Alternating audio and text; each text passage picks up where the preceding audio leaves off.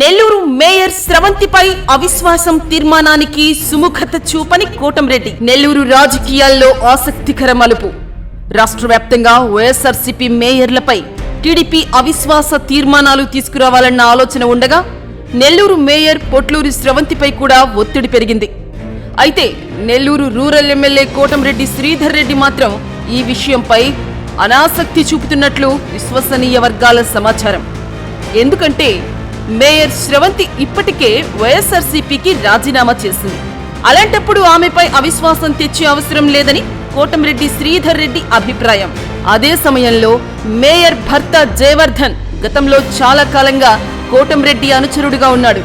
కోటంరెడ్డి శ్రీధర్ రెడ్డే జయవర్ధన్ భార్య స్రవంతిని మేయర్గా చేయడంలో ఎన్నో ఎత్తుగడలు వేసి ఆమెను మేయర్ను చేసిన విషయం అందరికీ తెలిసిందే.